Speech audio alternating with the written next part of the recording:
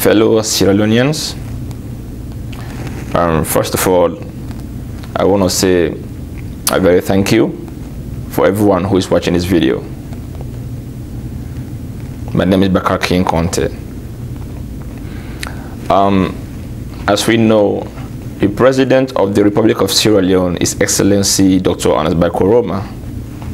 Don't give a live speech today trying to explain what's in the idea behind the lockdown in Freetown and all over Sierra Leone. First of all, I want to say thank you, Mr. President, for all the steps that you have taken in order to make sure that the people of Sierra Leone get the help that they need. We all know the difficult circumstance that Sierra Leone and its neighbors have found themselves in. From a disease or a virus that is uncontrollable, that we in Africa don't have a cure for. We don't even have researchers to try and find the source of where this virus Ebola came from. These are extraordinary challenges that any government can face. This is new in West Africa, and it's disturbing as the death toll is rising. So we all know the circumstances, we all know the difficulties. All of us are sad, all of us are worried about how long it will take before it comes to an end. But as you know, we are the people that you served. In that regard, we always look upon your protection. As they said, after God is your leader. So this is the reason why so many Sierra Leoneans inside Sierra Leone and in the diaspora are very angry. Some of them are angry because they don't know or understand what this virus is and how difficult it is to contain it. So I understand the pressure you are going through, but at the same time we understand the pressure our people are going through.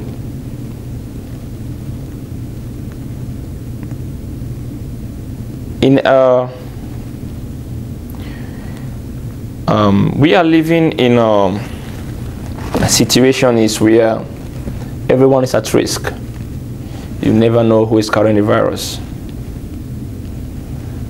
So this is a fight for all of us as Sierra Leoneans. As you have said, as the President have said, the Ebola virus doesn't choose class, it doesn't choose gender, it doesn't choose religion, it doesn't choose provinces, it doesn't choose a country. It can spread from human to human. So as the President of Sierra Leone is trying to develop his own method that he thinks will work for Sierra Leone, I think we as citizens of Sierra Leone should respect his steps that he is taking, because he is the leader. And sometimes it's very, very difficult to satisfy everyone. But these are the bold steps you have taken. Now, I'm praying that you have the courage. I'm praying that you have the strength. I'm praying that you can do whatever you can to protect the people of Sierra Leone. As our leader, we call upon you to take those steps that you think is best for the country, despite the reaction of others.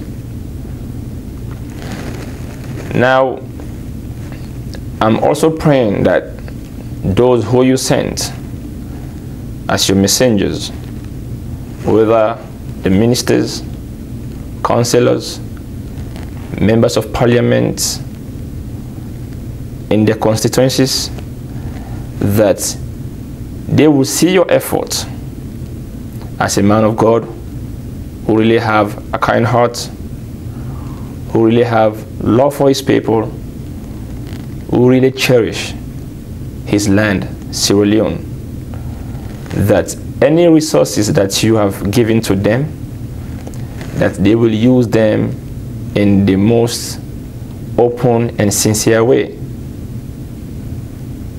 And I pray that the angels from heaven will come down on earth in Sierra Leone during this lockdown and teach them how to be honest, how to be patriotic, and how they can serve their people in their communities in the best way they can.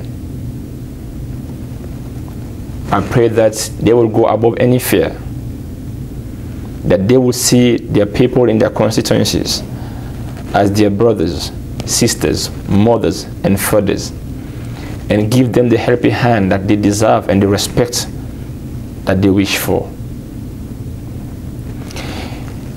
And I pray that Sierra Leoneans, my people who are at home, that are going through this struggle, that are going through this difficult time, that they will listen to the president, that they will absorb the message sent by the president, that they will allow those who are going for the house-to-house visit to listen to their message and follow the procedures that they are giving them. Because when you do that, you are not just helping yourself and your family, you are helping an entire nation.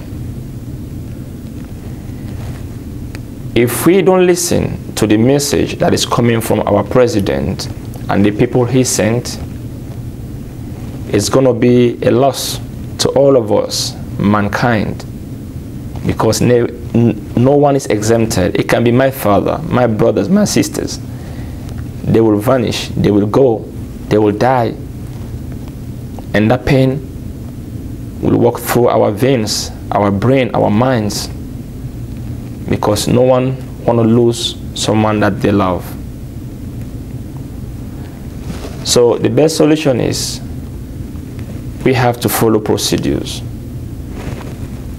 Now, as we have seen how the public media have reacted to the Ebola crisis, I can understand the anger in some of our people. Some of them are doing it out of sincerity. Some of them are doing it for political gains. But at a time like this, where a disease doesn't choose its enemy, I don't think it is necessary for us to be trying to say things that will disturb the mind of our people, that will make our people so angry that they wouldn't want to listen to those who rule them. I know we have so many challenges in Sierra Leone. I myself have been an advocate for all the wrong things that are going on in our country. But at this moment, where we have a disease that we can't control, we don't have the technology, we don't have the medicine to cure it, the only thing that will save us, the only thing that will bring it to an end, is for us to work together as brothers and sisters and make sure we advise those that are infected, those who are going through the struggle, the best way we can in order for them to respect law, to respect whatever the president is trying to achieve during these 3 days of lockdown. Now we know the messages have been conflicting. There were people sending audios, sending text messages about people coming to their doors to inject them for whatever reason. This is not a game. This is not a comedy show. This is not something you sit down and laugh about. It's not funny at all. every man with heart at this moment will sympathize with our people rather than making them angry. I can understand the reason why we have to be angry. I can understand that there are some wrong things happening in government, but these are things we can sort out after we have united together to solve our crisis. We have regulations, we have law and order, we have transparency that those who govern us have to answer when we call upon them. Let us work together to fight Ebola, and then later we can come after Ebola is eradicated and ask questions about why we were angry and get some of the answers that we want to get. But for now, we know that this whole episode of Ebola have exposed our health sector. Things happen for a reason. It takes something to come out to make changes. And I believe this Ebola have opened the eyes of Sierra Leoneans, and we have to push our leaders to focus on the healthcare sector, to improve our hospitals, to improve the standard of our doctors, our nurses, on how they have to help care for those who are sick and those who need help. We have to change our attitude towards each other. Whether you are a patient or you are a doctor. Because we can see this attitude is bringing more problem towards our health sector, because patients are so scared to go to a hospital because they don't believe they will be treated nicely, and they don't believe in our doctors and our nurses' ability to care them.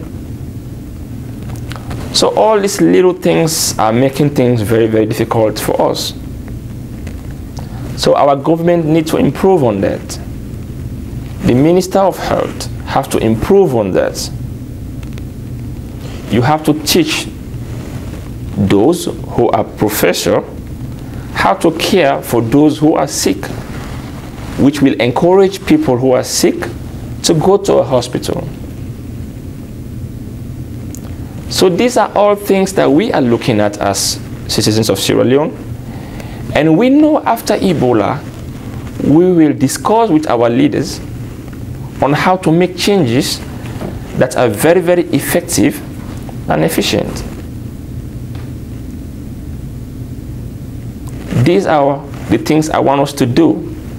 Let's put aside any hatred. Let's put aside politics. If the president is trying his level best to help us, let us help ourselves. It's in the Bible, it's in the Quran, that God help those who help themselves. So if you are sick and the president and the Minister of Health is trying to sort out things, let us respect and listen. Now, the house-to-house visit is to create awareness, not to inject people, not to create chaos, not to send a political message, but because most of us have been crying that the government is not doing enough to teach our people about the Ebola. The president have listened. He said, now, this is my idea. I want my people to stay home for 3 days so that I can send people all across the country to teach you what are the things you have to do and what you don't have to do. Some people criticize the proposal immediately. Is that how you help your country? Is that how you show your love for your country? What is your solution? They said the disease spread from contamination from one person to another. So if President is saying, let's stay 3 days at home, it is not going to eradicate Ebola.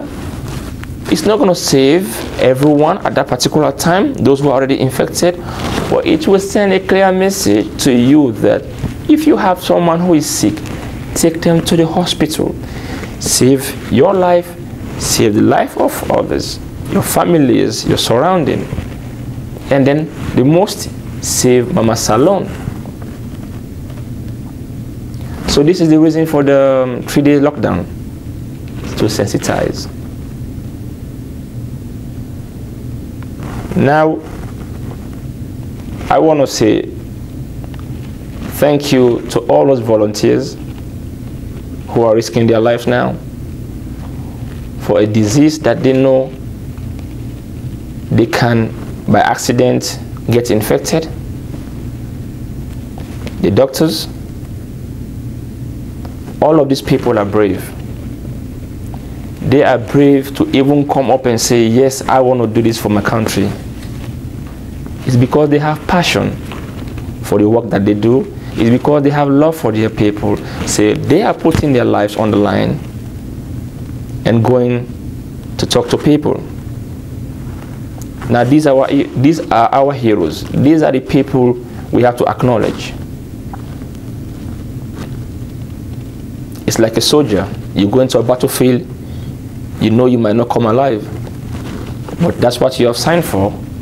So you are going there to do your job.